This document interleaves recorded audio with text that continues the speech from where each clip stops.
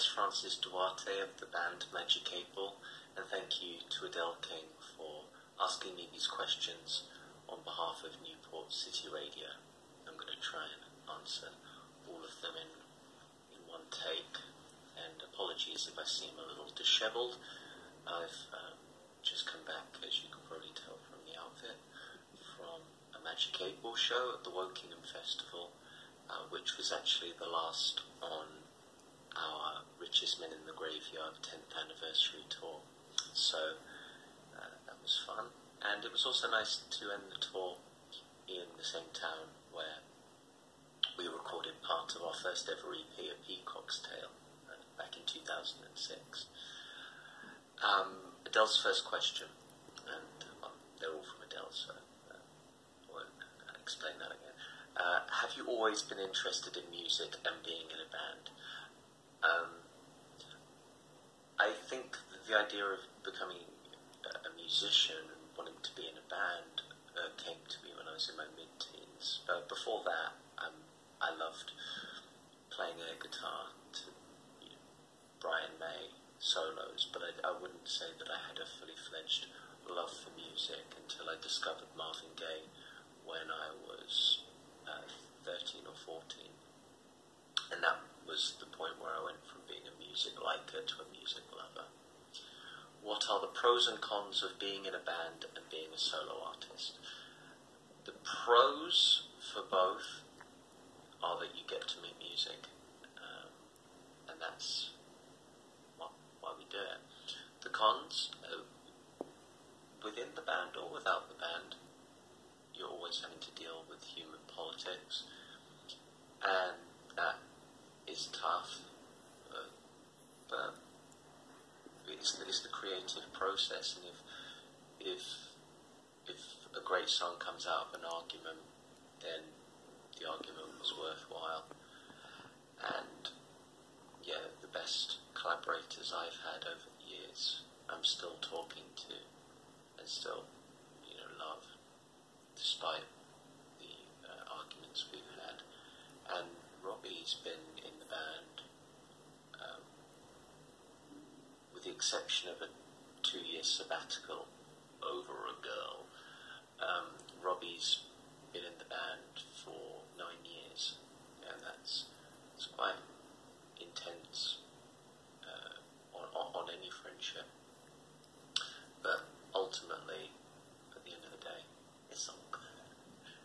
Funniest, best and worst thing to happen to you? Funniest,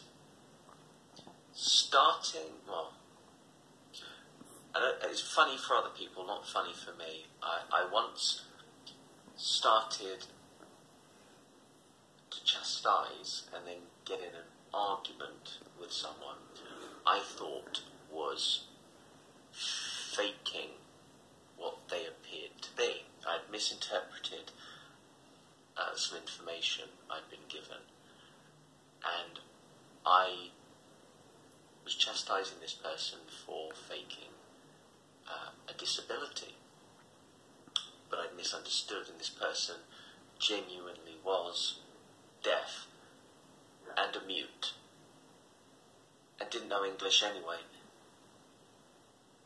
and it was just horrible to try and explain my point of view to this person who I'd misunderstood. I thought they were exploiting by mimicking a disability. In fact, I misunderstood they were being exploited by these people in the street in France, and I said, "That's terrible that you should mimic deaf people. I have a deaf cousin. This is wrong."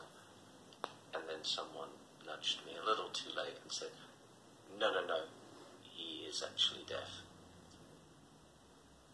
At this point, the guy he wanted to understand what I was saying, so he started writing his feelings down on the paper table mat next to us, and it was just like, "Sorry mate, I got that wrong." Other people find that story funny. I find that mortifying.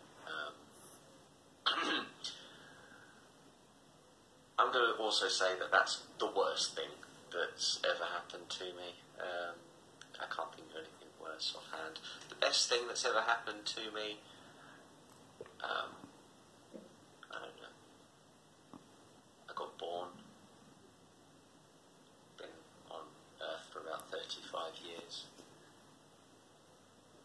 entertaining myself, occasionally entertaining others, but ultimately, as I said before, it's a good life, and I couldn't complain about anything too hard, for me at least. Is it true that you are self-taught? At what?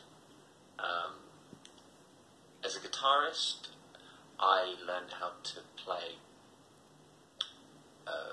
by watching a guy I went to school with called Glenn Gupta. At lunchtimes, he'd play guitar, and I'd go, "How are you doing that?" And then, in my acne-filled teenage years, with an absence of friends and girlfriends, I took to learning the guitar, and all my great amounts of spare time that other people my age were spending going out and getting drunk and whatnot. And apparently I self-taught myself to grade 5 standard, and then I had some lessons in college with Mr. Osmond, who taught me about theory and other things, and he was a lovely man. But beyond that, it's self-taught from me. Can you play any other instruments? Well, I sing and I play guitar, but I also play piano in Magic 8 Ball, and that's an occasional thing, and I occasionally play bass too. Haven't quite nailed the drums yet, but one day I hope. Did you have any training for your singing? Well, I was singing in my first band when I was 16, and I developed this voice, this loud voice, through having to sing over my amp, and a drum kit, because I didn't have a PA.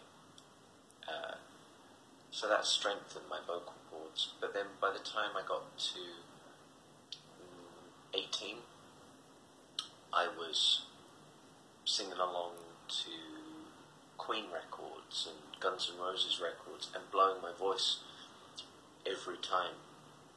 And it would take days to come back. And I went to a singing coach in East London called Roger Kane, who was very, very, very good. And I had about 3 or 4 sessions with him, and he gave me a warm-up cassette, such were the days, and showed me exercises and told me basically I was putting all this strain on my throat, and he taught me about breathing. And for the next 9 years, I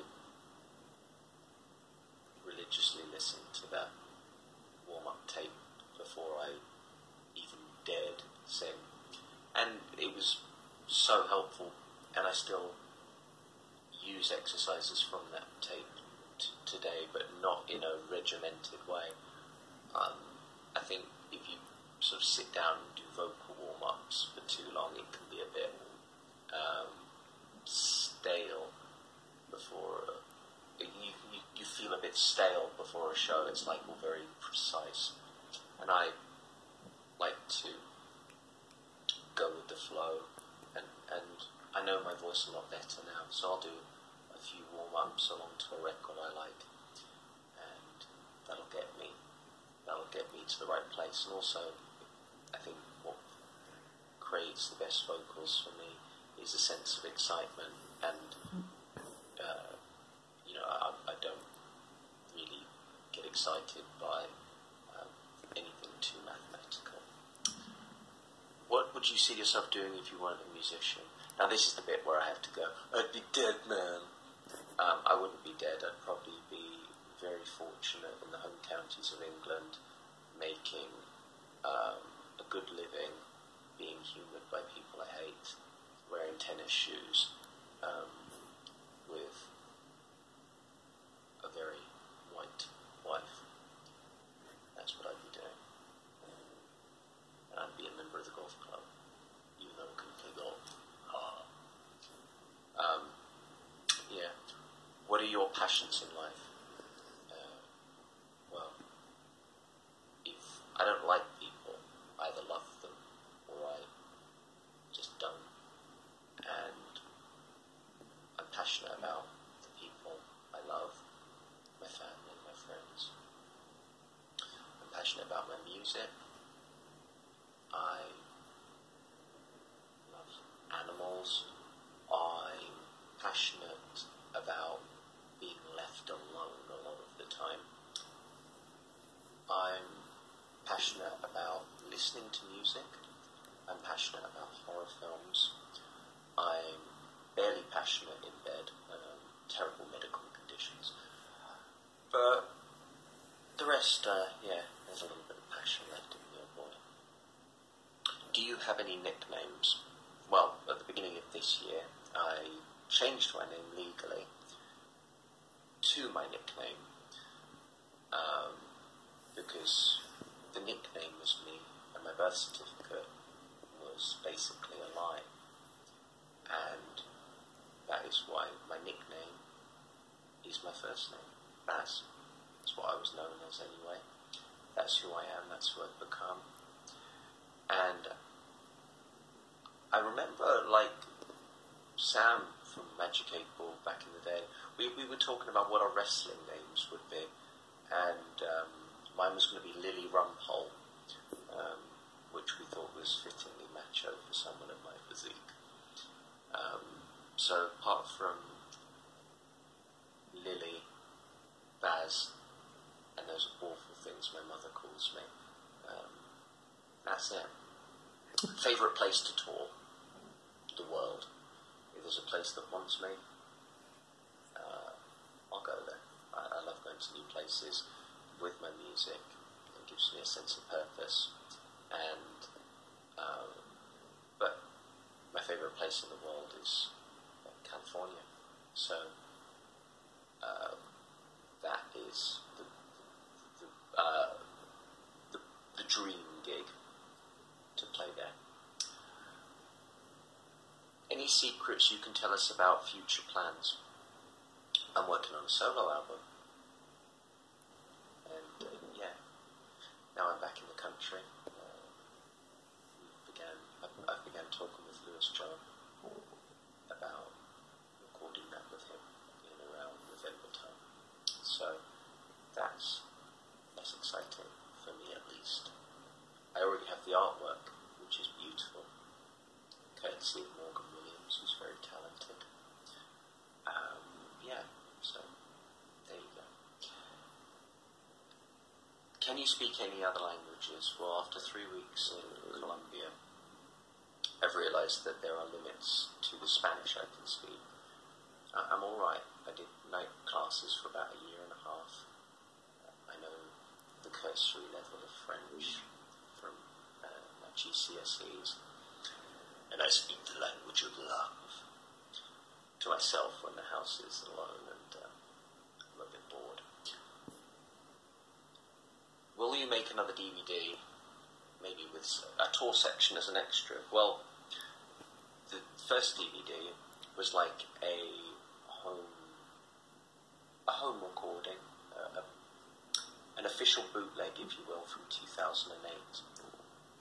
Live from Hope and Anchor was us in London back then. It was Robbie, myself and Mike Corbin, and it was a live DVD.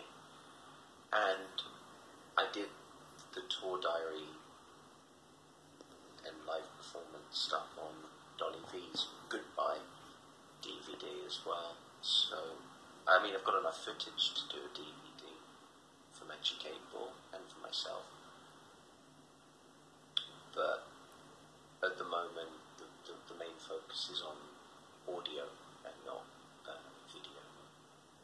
it's definitely not ruled out for the future. I know you're all for animal rights. What is your favourite animal, domestic and wild? I don't want to sort of make myself sound like a saint by saying that I'm all for animal rights. I don't think it's so much a case of being the good guy for wanting that for animals. It's just about basic logic. Treat animals with respect. And generally speaking, I prefer animals to humans. So, yes, I'm for animal rights, as everyone bloody well should be. And my favourite animal, domestic and wild, well, we lost our beloved rhubarb cat this year, and Custard left us last year, sadly. And when I was in Colombia, there was a little cat there, and it was so adorable, and it made us really miss our babies. So I'm going to go with cat for domestic, and wild, the great white shark. Just the most fascinating predator in the world, in my opinion. How do you feel that music has changed someone's outlook on life and give them some confidence? Or how do I feel that my music has changed someone's outlook on life and help them with their confidence? If that's true of anyone, then I would be deeply honoured.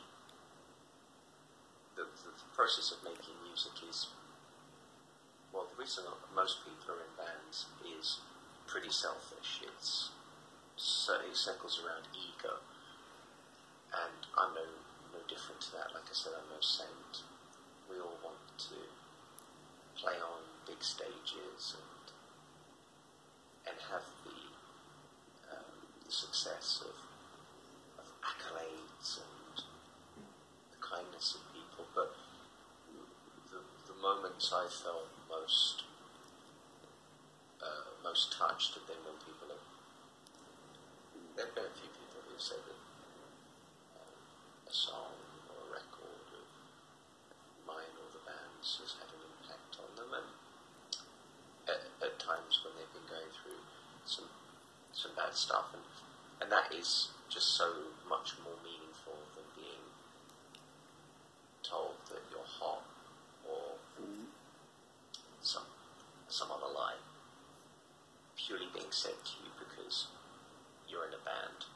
Because I walk into places all the time, and before people, get to know about your music, they don't pay you a moment's notice, and then when you say you're in a band, their ears prick up. So,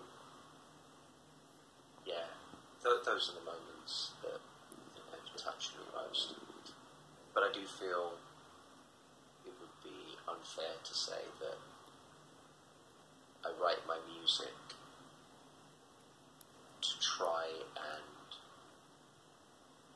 help others, because I think the process of me making music is about me making a song that I think sounds great, and of course I want my songs to always have meaning to them, but it doesn't mean that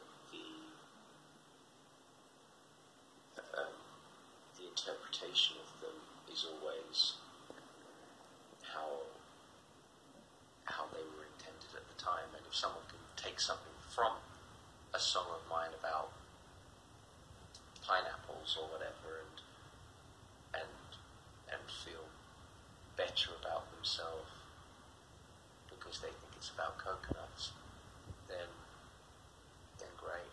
I'm all for that. But yeah, there's certainly no forethought from me about how can I change someone's life today. I'm certainly not that selfless. And finally, your favourite film, book, band, singer, and video game if you play. I'll answer that in reverse because I'm not a video game player these days. I've bought a Mega Drive 2 years ago, as a nostalgia thing, and it comes out once every 6 months to relive my days on the arcade. Street Fighter 2. So I would say Street Fighter 2 is my favourite video game, and I'm sure there have been many good ones that have come out since, but I'm not really a video game person.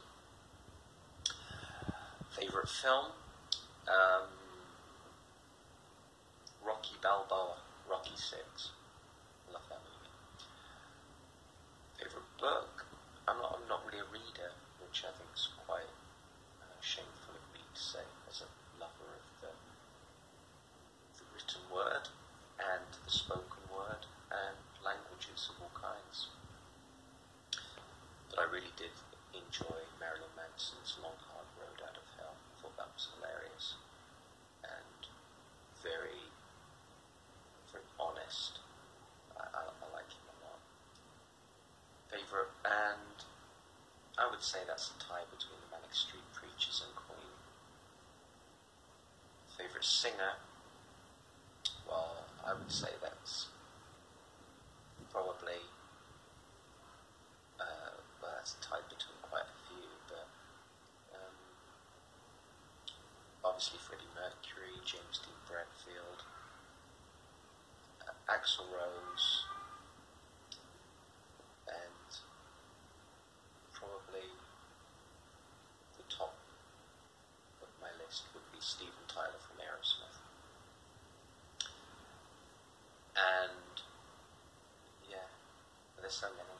That's a really hard one to answer. I'm currently listening to a lot of Led Zeppelin, so not to put Robert Plant on the list would be a crying shame. And I got into music through Marvin Gaye, who's another one of my favourites. Mike Patton, Daryl Hall, Robin Zander. I'm going to miss out some great names here, so I'm just going to stop. Chris Cornell, Stevie Wonder, just going to stop. Kurt Cobain. It's just a list that's going to go on forever, and I'm going to regret not mentioning someone if I don't stop talking. So. But that's my Q&A for you. I'd like to thank Adele for these questions, which I hope I've answered well enough for your liking, and also I hope that the folks at Newport City Radio enjoy this, and I look forward to returning to the Valleys to play for you guys again real soon, I hope. Buenas noches.